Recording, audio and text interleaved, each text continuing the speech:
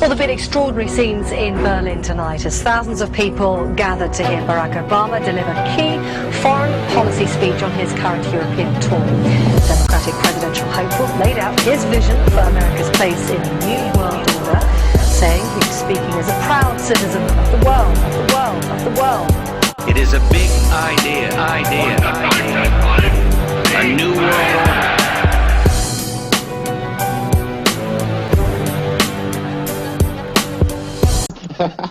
Mandrake, you realize that in addition to fluoridating water, where there are studies underway to fluoridate salt, flour, fruit juices, soup, sugar, milk, ice cream, Mandrake, children's ice cream. Good.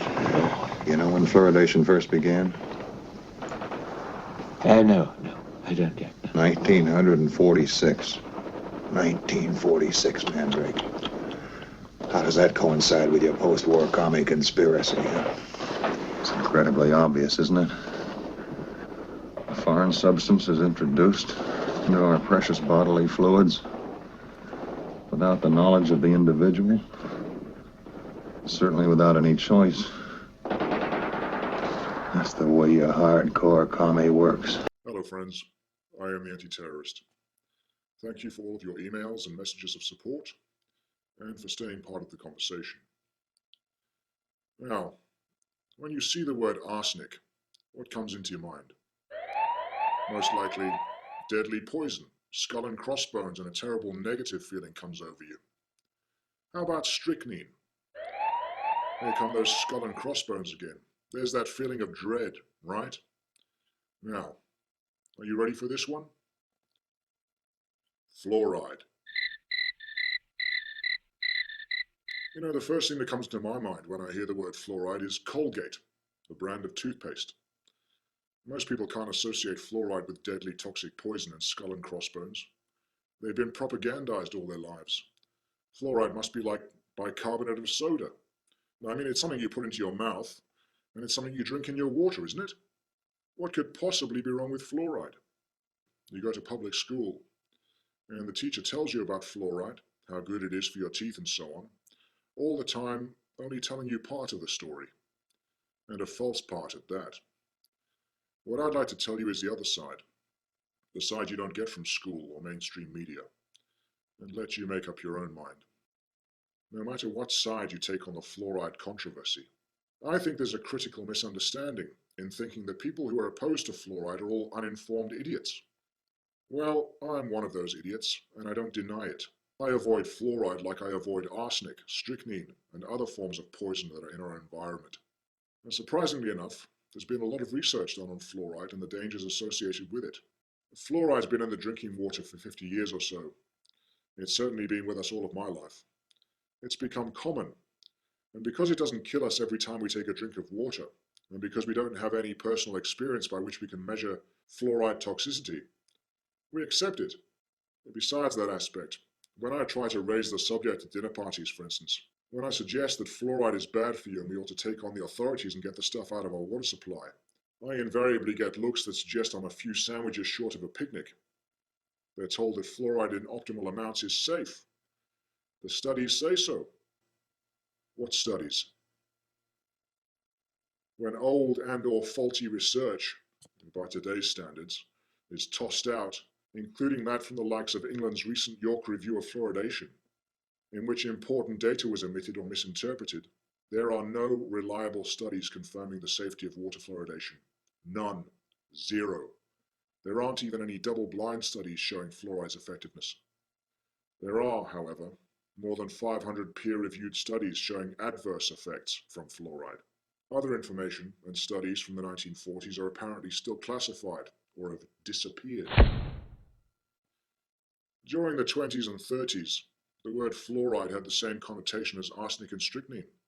In fact, fluoride is more toxic than both arsenic and strychnine, and it's a compound of fluorine, an element from the halogen group, as are iodine and chlorine.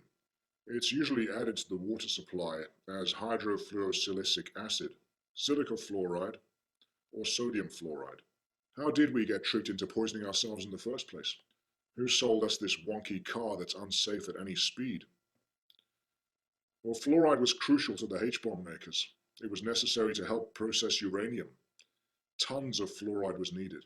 During the mid-1940s, the DuPont Corporation supplied the US military's Manhattan Project with all the fluoride it needed. There was a problem, though.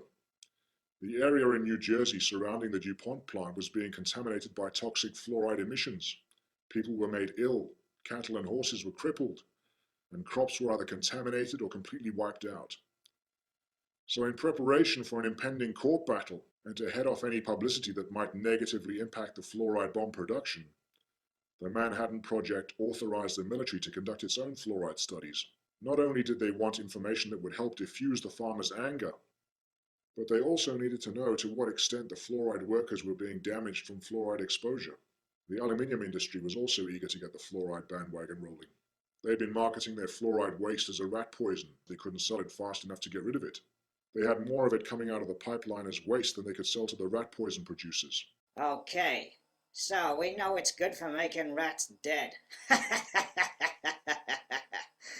But we're not selling enough of it. And we have an excess of it. So we have to find another sales outlet. Any ideas, boys? Jimmy the Mook. Bobby Two Fingers. Come on, what am I paying you for, goddammit? Forget about it, I'll do it myself. Now, let me see. Wait a minute.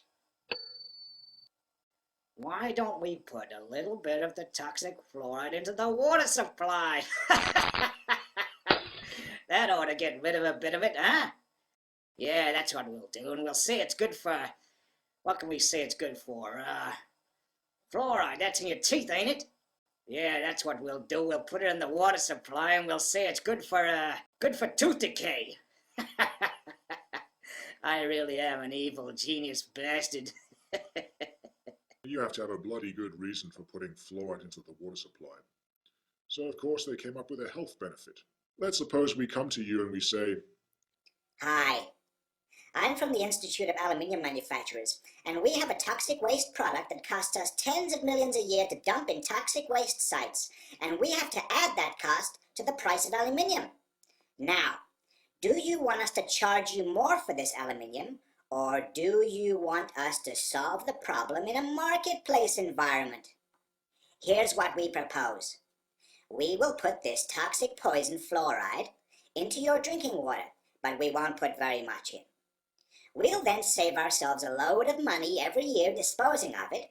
We can turn it into a profit and lower the cost of aluminium cans. How does that grab ya? Ain't it just swell? you probably wouldn't buy into that, right? You probably couldn't get excited enough about that kind of proposal to suck down this deadly toxic poison. But if I were to come to you and I said, Hey guys, this stuff is better than Viagra. I mean, think of all the money you're gonna save on Viagra if you just drink water with our magical chemical fluoride in it. It'll improve your sex life by at least 100%, maybe 200%, depending on how impotent you are. now wouldn't you say, we've got to have more fluoride in our drinking water. I demand that benefit privilege. So, a 10-year test was announced to prove to the public that fluoride in water would reduce the incidence of cavities. Before the test was completed as planned, and despite the fact that there is no clear evidence that fluoride was either safe or effective, water fluoridation was declared a triumph for public health. Look, I understand the nature of the problem the aluminium industry had, but it begs the question, do I really want to drink this stuff? If we need to solve the problem for the aluminium industry, why don't we do the same for the lead battery makers? I'm sure they've got extra lead they need to get rid of. Let's put 1 part per million of lead in our drinking water and say that it prevents your hair from falling out. Yeah, we're all very cautious about lead, aren't we? In fact, lead is so toxic they took it out of paint because the children were going around chewing the skirting boards off the walls and licking their Tonka trucks, probably to cope with their mineral deficiencies. Well, fluoride is more toxic than lead, yet we're quite happy about letting our kids suck down on a tube of Colgate, aren't we? You know, maybe the gold miners have a problem with the surplus mercury. Why don't we put 1 part per million of that in our drinking water too, and claim that it prevents psoriasis? How about arsenic manufacturers? Well, we could say that 1 part per million could stop your toenails from turning yellow by killing the fungus. The possibilities are endless. You know, I doubt it would be good for your health, but it would certainly stimulate the economy, wouldn't it?